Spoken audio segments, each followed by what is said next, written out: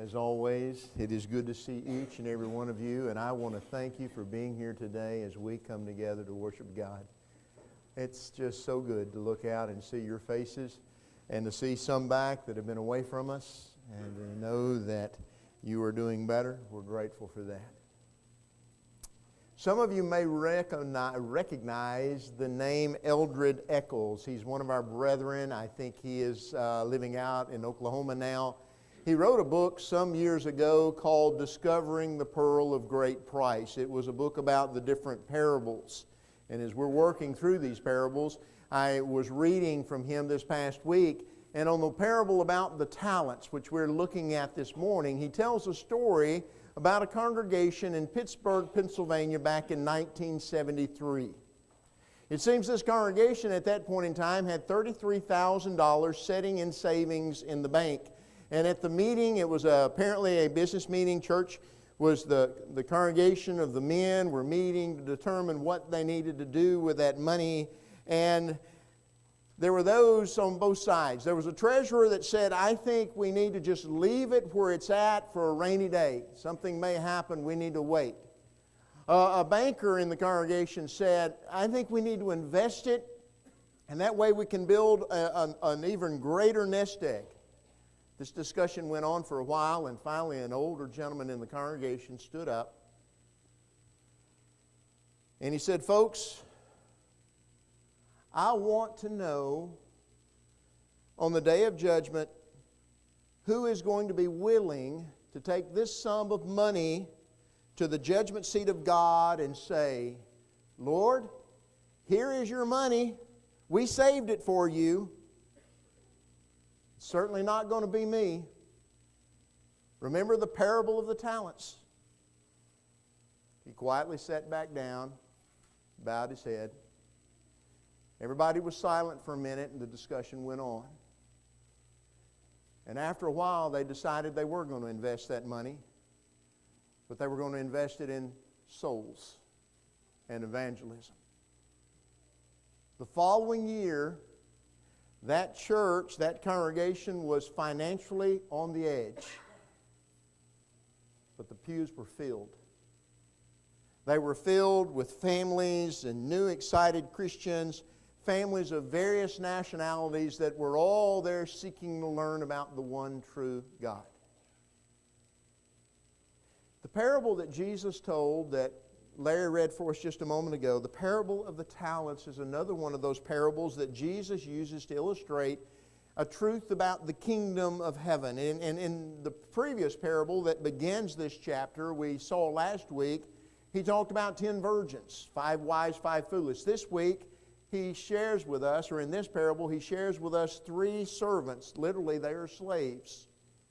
And we find here that 2 are wise and 1 is not so wise. In this parable, as he tells it, a man is about to take a journey. But before he goes on his journey, he calls his 3 servants to him, and he has 8 talents of silver that he's going to distribute among them. Now, a talent was not a monetary amount. It was a weight. Typically, it would weigh somewhere around 58 pounds. So you can imagine 58 pounds of silver to make up 1 talent. And he gives to one man 5, to another man 2, and to another man 1. Now, the master did not give to any of his servants more money than he knew they were capable of handling. The first servant, as I said, was given 5, second 2, third 1, each, as the text states, according to his ability, what he can do with what he's been given. And while it's not yet stated, it was understood that this money was not their money. It belonged to the master. No, he was giving it to them for them to make it work on his behalf, to use that to a good purpose. Now, we've set the stage. Let's see what happens.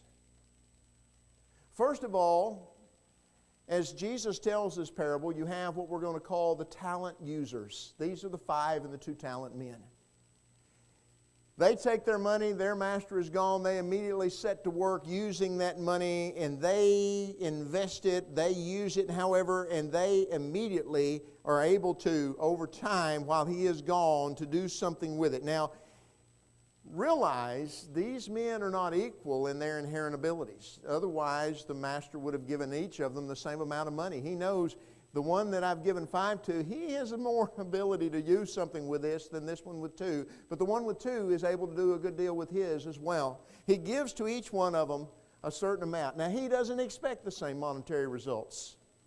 What he does expect is that each servant will put forth an equal effort.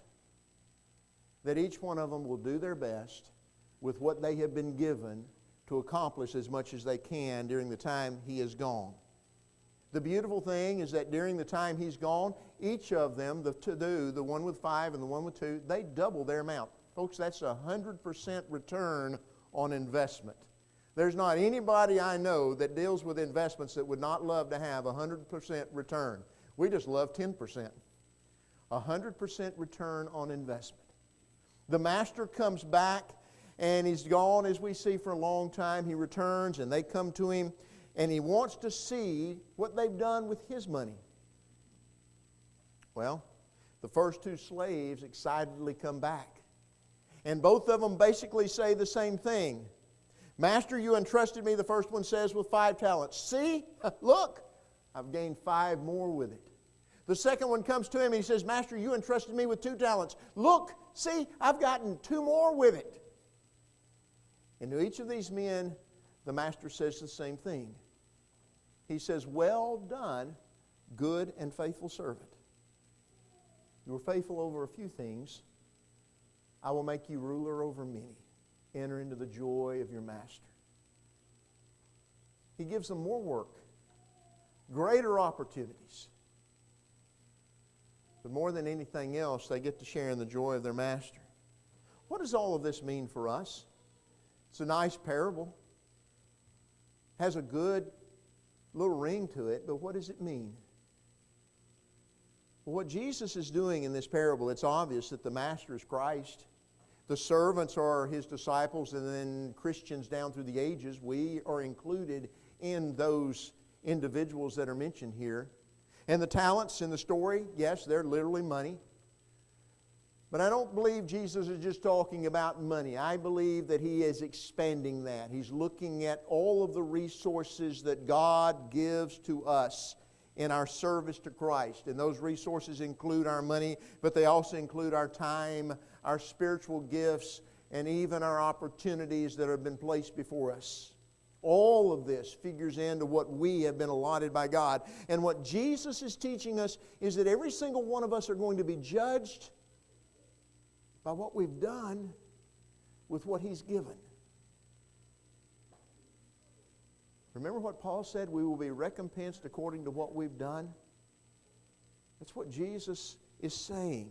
God does not give each of us as Christians the same gifts. All of us in this congregation do not have the same bank accounts or the same money in those accounts, maybe I should say. And just as the master gave each of his servants differing amounts of money, so God has given to us different things in our lives, different gifts as well. Why has he done that? Why has he given to some of us more than maybe he's given to others? Because he knows our ability to use what we've been given. But regardless of how much or what we have been given, whether it's opportunities or whether it's money or whether it's just the various things that we might see necessary in life, he's given them to us in order that we might gain more assets for him in his kingdom. That's what he's done. If we use these gifts, and if we use them entirely up, if we use them, how we use them is entirely, maybe I should say, up to us. But the truth is, the choosing of each gift is left up to the master. He's the one that chooses what we receive. He's the one that chooses how much that we receive. And He is also the one that makes the decision of how well we're able to do with what we have been given.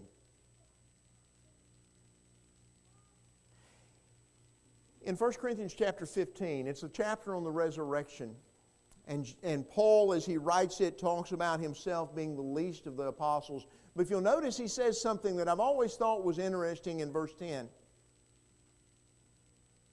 He says there, in reference to the other apostles, that he has labored more than all of them. In other words, I've worked harder than all of these other guys. That sounds a little bit like bragging at first, until you read the rest of what he says. You see, Paul was responsible. If we look at our New Testament, and if we put all of the things together, it is very possible that Paul established more congregations of the Lord's people than any other person in history. More of the New Testament is written by Paul than by anybody else in all of the writers of the New Testament. And he admits in all of this that it was not due to his own ability, but to the grace of God working in him. In other words, what he's saying is, yes, I've outworked these apostles, but it wasn't me, it was God at work in me. That's what he says in Galatians chapter 2, verse 20. Nevertheless, not I, but Christ liveth in me. You see, it is God who is at work both to, as Paul would say in Philippians chapter 2, there in verse 12, to will and to work for His own good pleasure. It is God constantly who is at work in His people when they are using what God has given. And so it was God's enabling grace that allowed Paul to accomplish what Paul accomplished. But just what did God give to Paul? Because remember, there was a 5-talent man and there was a 2-talent man. I think what God gave to Paul were unique gifts that the other apostles did not have. Consider this for just a moment. Paul had a better education than any of the apostles. He himself admits that he was educated under Gamaliel, who was one of the elite teachers of his day. Paul had experience in 2 different cultures. He not only had experience in the Jewish culture of Palestine, but he also had experience in the Greek culture because he was from Tarsus. And it was no mean city, and he knew Greek culture, which the apostles themselves did not know as well as Paul. And then something else, he had something they did not have, which was a much coveted Roman citizenship, which got him into places that they couldn't go, which allowed him to go on mission trips that they couldn't have the success he had because of who he was. All of these gave him specific advantages over his fellow apostles. But here is the crux of all of this, folks. It is that God expected more of Paul. You see, because God had given so much more to Paul, he expected more of Paul, and Paul delivered more. This doesn't mean that Paul's eternal reward was greater than that of Peter or greater than that of John or of any of the other apostles. No. Each of them would enter into the joy of their master, just as each of us who are children of God here today and who honor Him will do in our own lives. But the point in all of this is this. God has given each of you something to use in His kingdom to further His cause, to accomplish His purposes. Some of you are wealthier than others in this congregation. Some of you have more experiences in this community than others do. Some of you have more connections in this community than others do. And we could go on and on. Some of you have more connections. Some of you have more education. But whatever you have, no matter how great or how small, God expects each of us to use that to His glory, to the fullest extent of our ability. No matter how small or how great. Which brings us to the other person in our parable that Jesus tells. We've looked at the talent users, now let's look at the talent abuser. You see, there was the 1-talent man that the master gave him 1 talent. Goes on his journey. While he's gone, what does the one talent man do? He goes out and digs a hole, buries his master's money. Now the master didn't say, I want you to protect this for me while I'm gone. It was understood. I want you to use this. I want you to utilize it to accomplish things with it. Make a profit from it. Why did this particular servant do nothing? Now we know what he says later. But what was he thinking in his mind in reality? May it have been what some people think today, I really can't do anything. I'm not talented like those other guys are. I just do not have the abilities they have. I'm afraid I'll lose it. I'm just going to tuck it away. Or he may have thought, if I'd been given as much as Joe over here that's got 5 talents, I could have really done a lot with that. But 1 talent, you just can't do much investing with that. That's just a small amount. And I'm not sure that I'm going to be able to do what I want to do with it, so I'm just going to tuck it away. It's not even worth my time to fool with that and try to do much with it. I don't know what he was really thinking. I do know what he said when the master came back. He comes in after the other 2 have presented their gains, and he comes in and he says to his master, and he first begins, and here's the interesting thing, he begins by attacking his master. He said, Master, I knew you were a hard man. You reap where you haven't sown, you gather where you've scattered no seed. He accused him initially. He says, you're unmerciful and you're dishonest. You ever gone into your employer and said that to him? You are an unmerciful employer and you are dishonest. He virtually accused him of stealing. Don't think you'd have your job long if you did that. But that's what he did. And finally, he makes an excuse. He says, I was afraid of even trying because I was afraid that I might lose that 1 talent. So what I did is I did the safe thing. I just went out and I buried it. That way, I kept it safe in the ground. Here it is. See, you have what is yours. I brought you back. Didn't lose any of it. Got it right there. But the master didn't accept his explanation. The master knew that servant.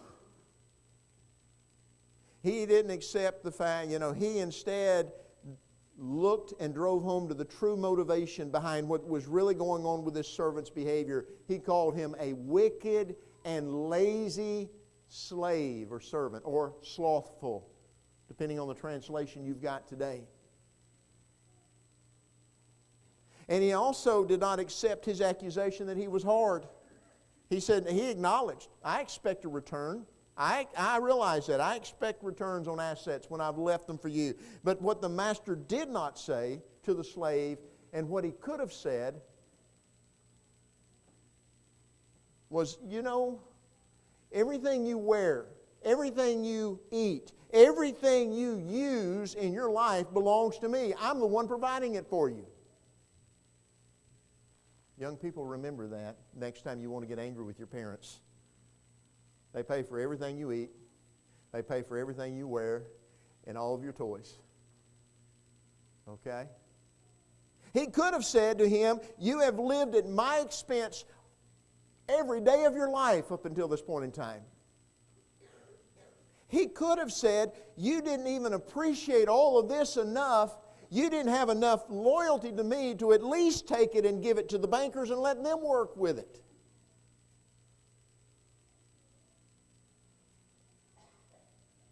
You see, when all is said and done, the problem with this one servant is that he is guilty of 2 things. He is selfish and he's ungrateful. Are there any people that are that way today when it comes to the Lord? Are our lives all about us? God, you didn't give me enough. God, you don't love me enough. God, you don't do enough for me. God, if you would only do this. God, if you would only do that. Because it's all about us and not about Him. Are there any of us that are, or is there anyone today, maybe not just here in this room, but outside this room, is there anybody that's ungrateful? You know, I know I've got a vehicle that gets me back and forth to work, but I want that new one over there. God, why didn't you let me have that one? Why don't you give me a better job? Why don't you have a little bit more money in the bank? Why don't you? Rather than saying, I thank you for my health today. I thank you for my children. I thank you for my wife. I thank you for my husband. I thank you for just the privilege I have to have so many friends in my life and to have a congregation of brothers and sisters that love me and care for me. You see, there's a difference in attitude. A person who is grateful, a person who sees what's been done for them, wants to go out and do for the one who's done. The other person who sees only what they don't have is unwilling to do. If anything, they want to sit back and complain about what they don't have. And so what does the master do? He says, you take that 1 talent from him and you give it to the man that has 10. I'm going to make sure it gets used in the way it was intended. Not only that, you take him and you throw him out in the outer darkness. Let him stew there for a while, because that's weeping and gnashing of teeth. And then, here's the thing. After all of this has been taken away from this 1 talent man, the master makes a comment that Jesus relates to us down through the ages. And the comment is this: for to everyone who has, more shall be given. And to him, and he will have an abundance. And from the one who does not have, even what he has shall be taken away. What is Jesus saying to us in this statement from 2,000 years ago? You see, he, like that master, made a choice all those many years ago. He made a choice to leave his entire life's work and his assets, the treasure of salvation, in the hands of 11 unlikely servants. But the beautiful part of this story is that those 11 unlikely servants were faithful in how they used what their master had left them, because they went and they gained more, and those gained more, and those gained more. And now we look all across our world and we see servants of the body of Christ all over the place. Why? Because that has been given down from generation to generation to generation, and generations have faithfully carried it out and carried it forth. And today what God has done is He has placed that treasure in our hands. He's given it to us. You are the possessors of that treasure. You and I are stewards of what Peter calls the manifold grace of God. Or another way to say that is the multifaceted grace of God. And as such, we are called upon, according to what he says in 1 Peter 4 and verse 10, to use that God has given us, those gifts that God has given us in serving others. Folks, if you hear nothing else I say today, please hear this. Do not leave undone what you have the opportunity to do. Do not go to your grave leaving undone those opportunities that God has given you to do, because all it takes for us to be lost is to do nothing. Do not say this morning, I can't do anything. All of us have something we can do. I don't care who you are, you have something you can do. If all you think you can do is fill out cards and send them out to people who are sick and people who have birthdays and people who have anniversaries, that's a lot more than you ever realize. Because to open a card that has a word of encouragement means a lot to a person. If all you say I can do is sew, all I am is a seamstress, then use your sewing in a way that allows the lost to be reached through that sewing. There are clothes in El Salvador that have been sewn by the ladies of this congregation, and the people there appreciate what you have done. Never say, that's all I can do. I can't do that. But you can. If your gift is music, if you love to sing, then use your songs to touch the hearts of the lost and draw them to the Master. If your gift is parenting, then parent your children in such a way that they will become an asset in the kingdom of God. If your gift is making money, then learn to use the money that you obtain in a way that glorifies and expands the borders of God's kingdom. But whatever you can do, use it. Use it. Long ago, there was a poet by the name of John Greenleaf Whittier. In 1856, he wrote an interesting poem entitled Maud Muller. Toward the end of that poem, and you'll recognize these words, he penned this. He said, "For all the sad words of tongue and pen, the saddest are these. It might have been."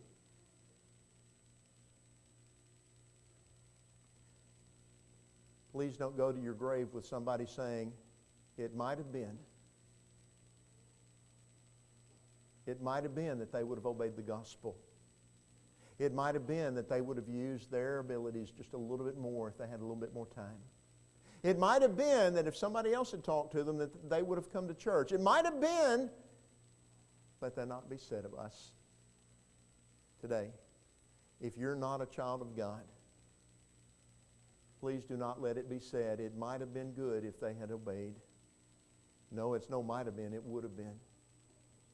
Today, if you're not using what God has given you to His glory, His honor, His praise, if you're not His faithful servant today, why not give your life in obedience to faith, confessing the name of Jesus, turning and repenting of your sin, turning from it, being buried with Him in baptism. If you're a child of God and you're not using the opportunities and the gifts that God has given you, repent of that. Make a decision today. From this point forward, I am going to use what He has given me to His glory. But if you need to respond to His invitation, won't you come as together we stand and sing?